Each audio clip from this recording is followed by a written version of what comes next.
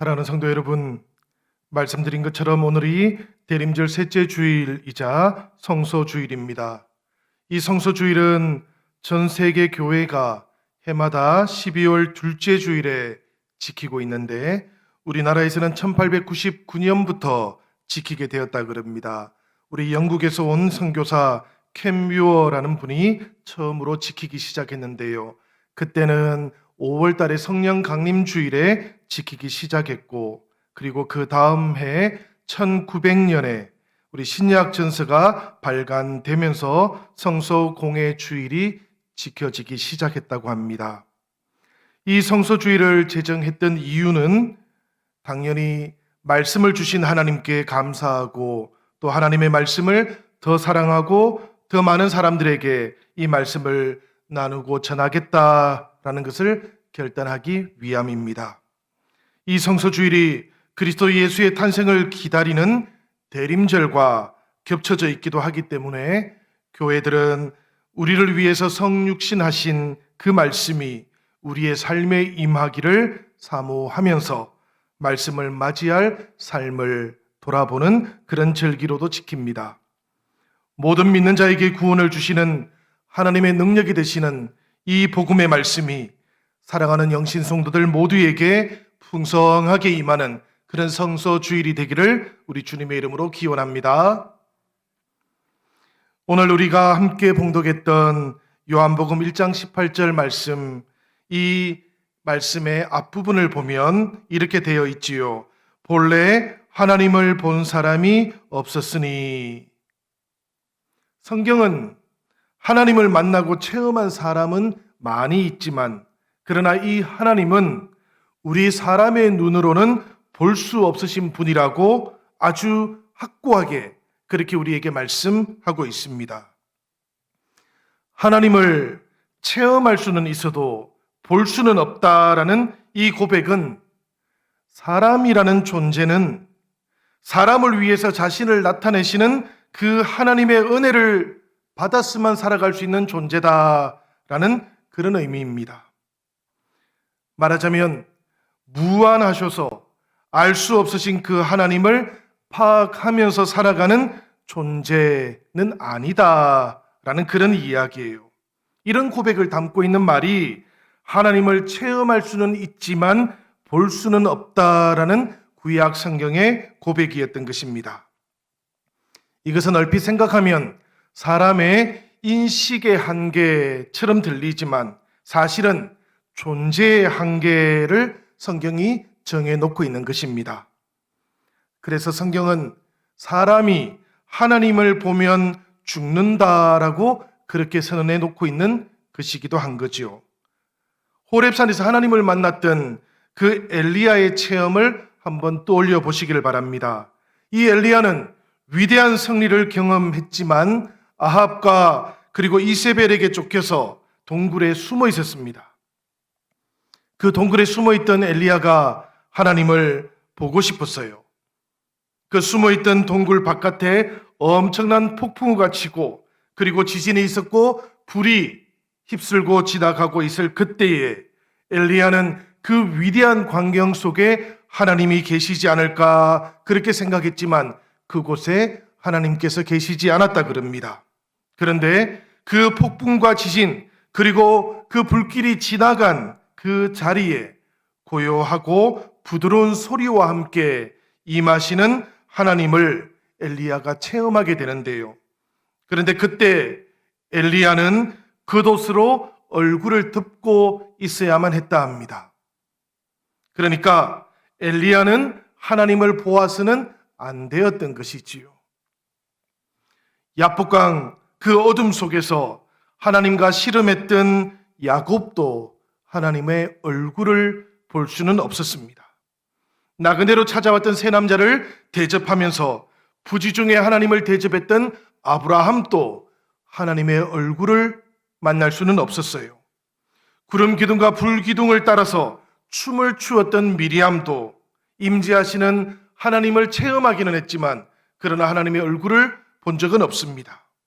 하나님의 음성을 들었던 다윗과 솔로몬 그리고 사무엘과 한나도 하나님을 체험하기는 했지만 하나님을 눈으로 본 적은 없었어요. 구약 성경에서 여호와 하나님은 사람이 애써서 찾고 그래서 천신만고 끝에 발견하게 되는 그런 하나님이 아니십니다.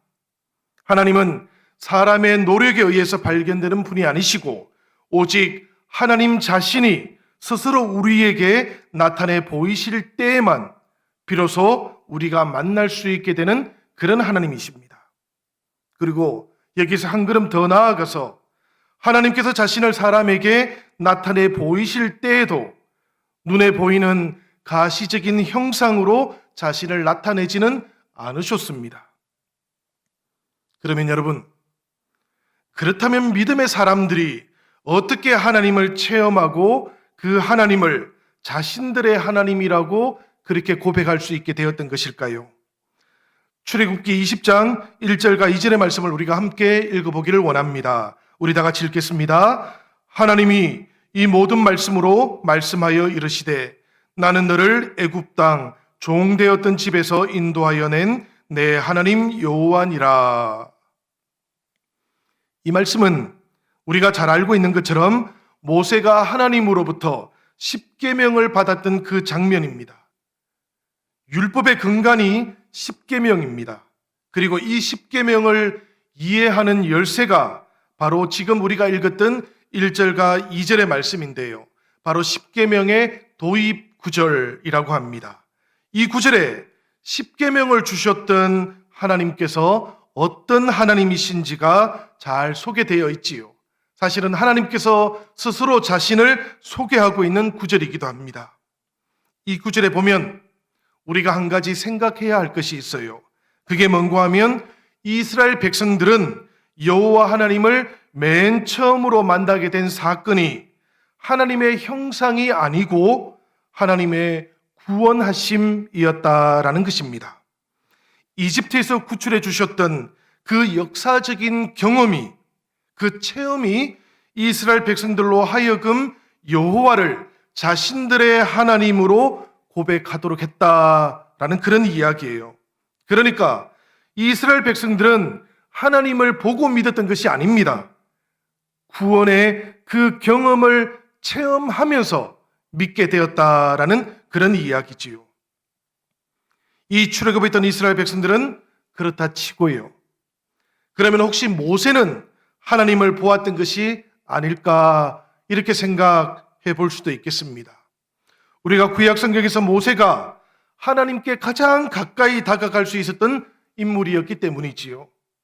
불타는 떨기나무 그 가운데에서부터 하나님의 이름을 들었던 사람이 바로 모세였습니다. 그리고 40일 밤낮을 하나님이 임재하셨던 그 시내산에 함께 머물러 있었던 사람도 모세였기 때문이에요. 사람이 그 친구와 이야기함 같이 여호와께서 모세와 이야기했다고 성경은 그렇게 기록하고 있기 때문입니다. 그런데 여러분, 그럼에도 불구하고 하나님을 아마도 눈으로 보고 싶었을 이 모세에게 하나님께서는 이렇게 경고하셨습니다. 출애굽기 33장 20절의 말씀인데요. 나를 본 어떤 사람도 살 수 없을 것이다.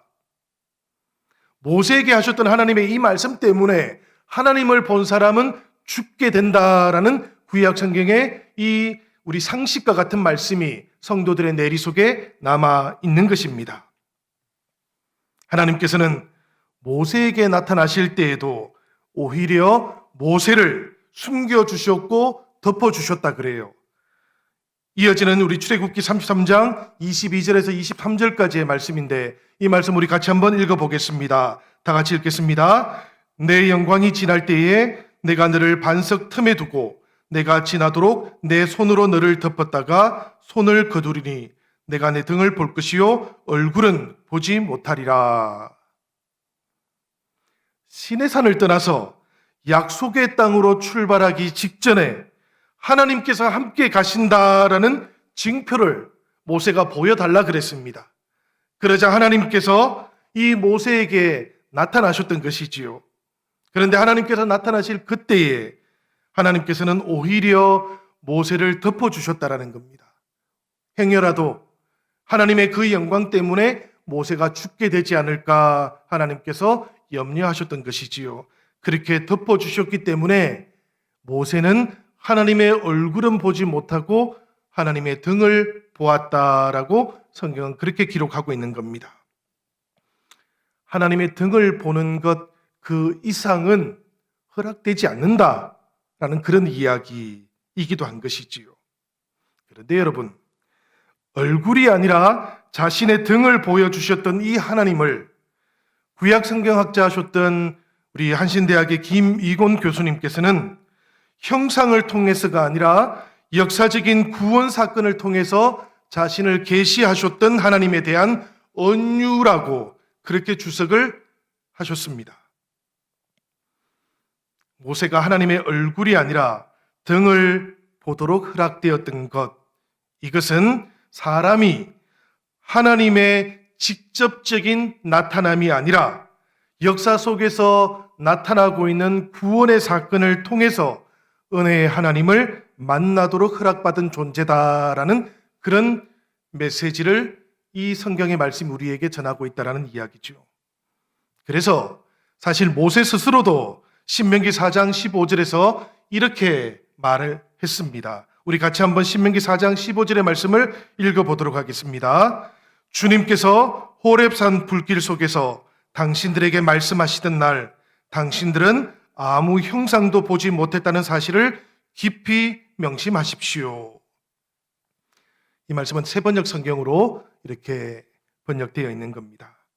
성도 여러분, 하나님께서는 얼굴이 아니라 자신의 등을 통해서, 그러니까 형상이 아니라 구원의 사건들을 통해서 자신을 계시하셨던 분이시기 때문에 이스라엘 백성들은 자신들이 살아가고 있는 그 현실 속에서, 그리고 좀 더 거시적으로는 그 역사 안에서 하나님을 만나고 발견해야 했던 사람들이었습니다. 하나님께서 왜 이렇게만 자신을 나타내셨을까요? 왜 하나님께서는 얼굴로, 그러니까 직접 사람들에게 현현하지 않으셨던 것일까요? 제 아래에 있던 사람이 하나님의 영광을 감당할 수 없었기 때문이고요. 우리가 가정법을 조금 사용해 본다면 사람이 이 하나님의 직접 나타나심을 감당할 수 있다 할지라도 제 아래에 있던 사람은 결국에는 하나님을 사유화하기 때문입니다. 자기 마음대로 하나님을 소유하거나 왜곡시키기 때문인 거예요. 이것을 기억해 보시기 바랍니다. 사실은 하나님 앞에서 얼굴을 먼저 숨기고 감추었던 것은 죄를 지었던 아담과 하와였지 하나님이 아니셨습니다. 그런데 하나님 앞에서 얼굴을 숨기고 감추었던 이 죄 가운데 있게 된 인간은 그때부터는 스스로 하나님을 자꾸만 사유화하면서 하나님의 얼굴을 결국에는 보지 못하는 존재가 되었던 것이지요. 하나님이 직접 나타나셔도 인간은 그래서 하나님을 보지 못하는 겁니다. 그래서 하나님께서는 직접 나타나시는 대신에 우리의 현실과 역사 속에서 우리를 구원하심으로 자신을 나타내게 되었던 것이지요. 이사야서 45장 15절에 보면 이렇게 역사 속에서 자신을 계시하셨던 그 구원의 하나님을 예언자는 이렇게 고백합니다. 우리 같이 한번 읽어보지요. 구원자 이스라엘의 하나님이여, 진실로 주님은 스스로 숨어 계시는 하나님이시니이다. 예언자 이사야는 지금 고레스의 등장과 함께 하나님의 구원이 역사 속에서 숨가쁘게 펼쳐지고 있는 그 모습을 보았습니다. 믿음의 눈을 들어서 하나님을 볼 수 있었던 그 예언자에게는 구원하고 계시는 하나님의 임재하심이 너무나 또렷하게 보였던 것이지요. 그래서 구원자 이스라엘의 하나님이여라고 그렇게 외치고 선포했던 것인데요. 그러나 그 현실과 역사 속에서 눈이 어두웠던 사람들에게는 하나님은 보이지 않는 겁니다. 하나님께서는 스스로 숨어 계시기라도 한 것처럼 그렇게 느껴질 수밖에 없는 것이지요. 그래서 예언자가 진실로 주님은 스스로 숨어 계시는 하나님이시니이다라고 그렇게 말했던 것입니다. 성도 여러분, 바벨론과 페르시아 그리고 유대의 역사가 숨가쁘게 공전하고 있었던 그 역사적인 현실, 그것은 바로 하나님의 등이었습니다. 그 숨가쁜 역사적인 현실 속에서 일하시고 임하시고 계시는 그 하나님은 바로 자신의 등을 통해서 자신의 백성들에게 구원을 드러내 보여주고 계셨던 것이지요. 그것을 알아보았던 예언자처럼 우리 믿음의 눈이 열리고 우리 믿음이 깨어 있기만 하다면 오늘 이 시대에 일상 속에 임하고 계시는 우리 하나님을 우리가 알아볼 수 있게 될 겁니다. 이 코로나19라는 엄혹한 현실 가운데에서 우리에게 말씀하고 계시는 하나님도 우리가 알아볼 수 있게 될 것입니다. 그리고 믿음의 눈이 열리고 영안이 열리게 되면 비로소 우리는 우리의 역사와 우리의 일상 가운데 찾아오시는 그 하나님도 만나게 될 줄로 믿습니다. 바로 구약 성경에 나오는 이스라엘 백성들은 하나님을 그렇게 만났던 것이지요. 마가복음의 가장 마지막 부분에 보면 이방인 백부장 한 사람이 나오는데요. 이 사람도 눈이 밝았던 사람이에요. 영안이 열렸던 사람입니다. 믿음의 통찰을 가지고 있던 사람이었어요. 마가복음 15장 39절에 보면 이 이방인 백부장이 이렇게 고백하는 장면이 나옵니다. 이 사람은 진실로 하나님의 아들이었도다. 이 고백이 언제 이루어진 고백이었는가 하면 십자가에 달려 죽으신 그 예수님을 바라보면서 했던 고백이었습니다. 이 이방인 백부장은 예수님께서 달리신 그 십자가를 깊이 바라보았던 것이지요. 온 세상을 대신해서 우리를 대리해서 죽으신 그 죽음의 의미를 이 백부장은 피하지 않고 깊이 바라보았던 것입니다. 성도 여러분, 그리스도께서 달리셨던 그 죽음의 십자가는 사람의 역사 속에 나타난 가장 어두운 하나님의 등이었습니다. 그렇지만 깊이 바라보고 믿음의 눈으로 깨닫기만 하면 바로 그곳에서부터 그 어떤 얼굴보다 더 선명한 하나님을 만날 수 있기도 합니다. 믿음의 통찰을 통해서 이것을 깨달았던 사도 요한은 요한복음의 첫 시작 부분, 오늘 우리가 봉독했던 1장 18절에서 이것을 이렇게 선언했던 것입니다. 우리 이 말씀을 함께 봉독해 보겠습니다. 본래 하나님을 본 사람이 없으되 아버지 품속에 있는 독생하신 하나님이 나타내셨느니라. 아멘. 죄 없이 십자가에서 온 인류를 대리해서 죽임당하신 그 예수께서 하나님의 뜻과 하나님의 사랑을 가장 온전하게 드러내셨다고 사도 요한은 그렇게 선언하고 있는 것입니다.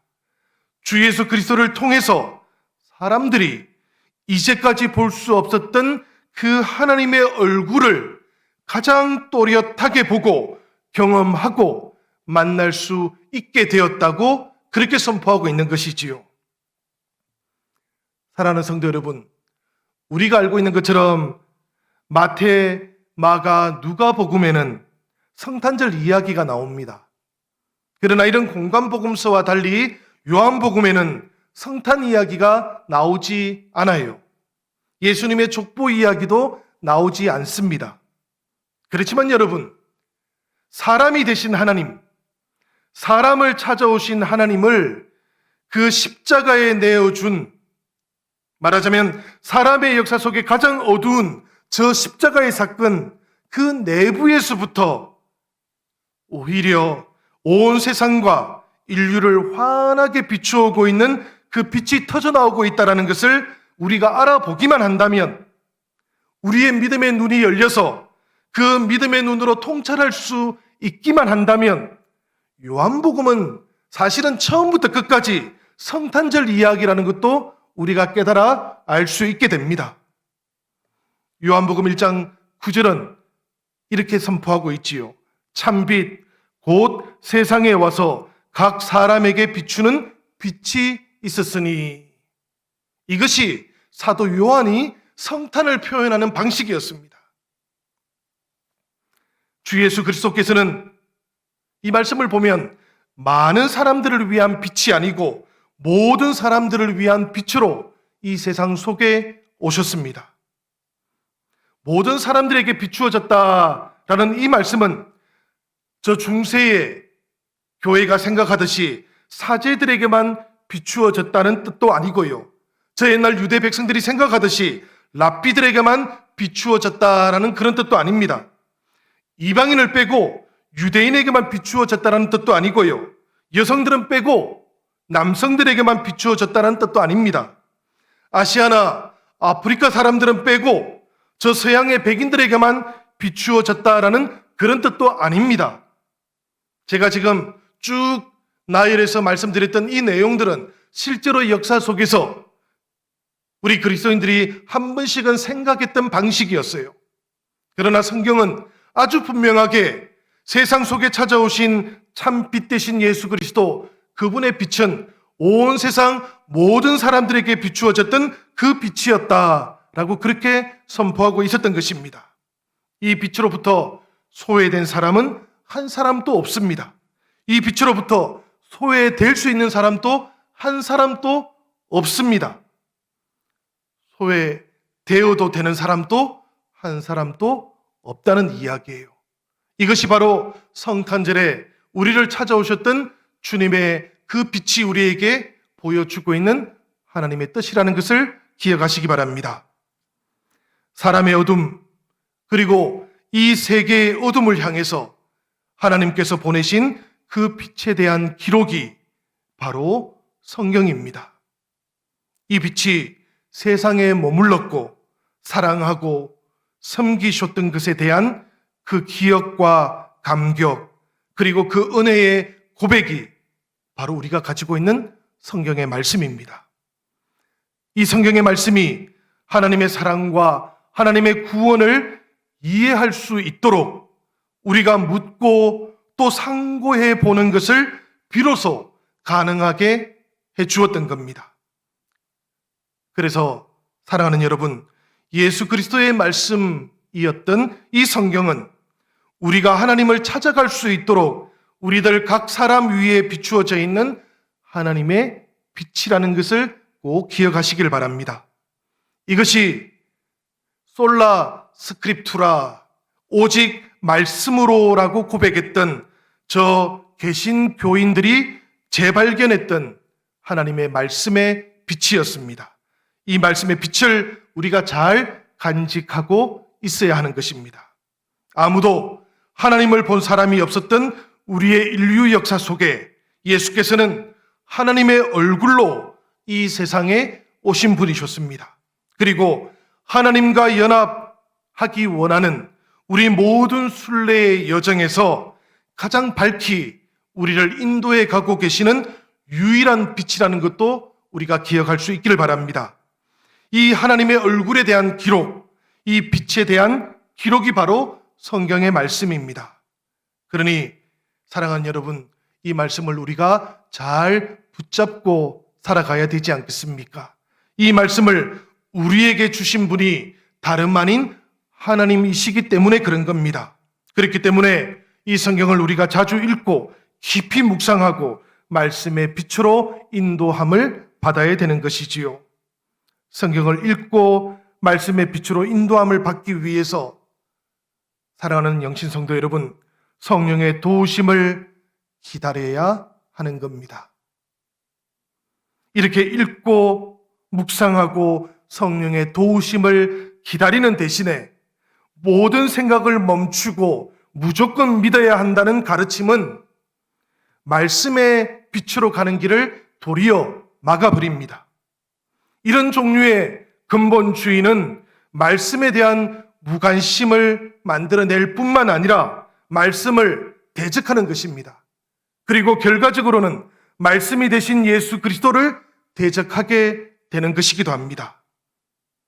성도 여러분, 말씀 없는 믿음이 우리를 구원하는 것이 아닙니다. 말씀 가운데 드러나 있는 하나님의 뜻을 믿는 그 믿음이 우리를 구원으로 인도해 가는 것이라는 것을 기억하시기 바랍니다. 그렇기 때문에 우리는 다시 말씀으로 돌아가야 되는 것입니다. 한국교회는 말씀 없었던 종교적인 열강주의의 시대를 지나왔습니다. 한국교회는 삶을 파괴하고 신앙을 파괴했던 종교적인 근본주의의 시대도 넘어가고 있습니다. 이제 우리 시대의 성도들은 다시 하나님의 말씀으로 돌아가야만 합니다. 그 말씀 앞에서 자신의 신앙을 돌아보아야 되고 그 말씀이 삶으로 성육신되는 성도들로 이 시대에 나타나야만 하는 것이지요. 지난 주간에 제가 그런 말씀을 여러분들에게 한 적이 있습니다. 주님께서 오실 그분이시라면 당신들의 공동체가 진정으로 나타나야 하는 그 공동체가 맞습니까? 라고 이 시대 백성들이 교회를 향해서 성도들을 향해서 묻고 있다. 그렇게 지난 주일에 제가 말씀을 드렸는데요. 여러분, 우리의 대답은 아주 분명합니다. 말씀이 삶으로 나타나는 것을 통해서 우리는 대답을 주어야 하는 것이지요. 예수 그리스도 그분이 바로 말씀이 성육신하신 하나님이 되셔가지고 하나님의 얼굴처럼 하나님의 구원과 사랑을 우리들 가운데 나타내신 것처럼 말입니다. 우리도 말씀을 삶으로 살아야만 합니다. 그래서 그 말씀이 삶이 되는 그 성육신의 신앙을 통해서 오늘 이 시대 가운데 하나님의 말씀이 세상 속에 선포될 수 있도록 나누어질 수 있도록 그렇게 선포할 수 있어야 될 거로 믿습니다. 사랑하는 여러분, 호세아서 6장 3절의 말씀은 이렇게 되어 있지요. 우리 같이 한번 읽어보겠습니다. 호세아 6장 3절 상반절과 6절의 말씀을 함께 이어서 읽도록 하겠습니다. 우리가 여호와를 알자. 힘써 여호와를 알자. 나는 인애를 원하고 제사를 원하지 아니하며 번제보다 하나님을 아는 것을 원하노라. 이 고백이 예언자 아모스는 이런 고백으로 하나님 앞에 나아가기도 했습니다. 아모스 8장 11절의 말씀이에요. 우리 다 같이 이 말씀을 읽고 하나님의 말씀 앞에 우리의 자신의 신앙을 다시 한번 돌아볼 수 있기를 원합니다. 양식이 없어 주림이 아니요 물이 없어 가람이 아니요 여호와의 말씀을 듣지 못한 기갈이라. 사랑하는 여러분, 오늘 이 시대 성경책은 넘쳐나지만 그러나 하나님의 말씀은 기갈을 만나고 있는 것은 아닌지 우리가 돌아볼 수 있기를 원합니다. 우리의 집에 성경책은 많이 꽂혀져 있지만 그러나 하나님의 말씀이 살아서 우리 가운데 삶으로 성육신하고 있지는 않지 않을까. 오늘 우리가 성수주의를 맞이하면서 다시 한번 돌아봅니다. 사랑하는 여러분 모두에게 오늘 하나님의 말씀이 임하기를 원합니다. 우리 가운데 말씀으로 성육신하신 예수 그리스도 그분이 찾아와서 진정으로 우리의 삶 가운데 새롭게 태어나는 성탄의 기쁨이 말씀과 함께 이어질 수 있기를 주님의 이름으로 축원합니다. 우리 시간 같이 기도할 때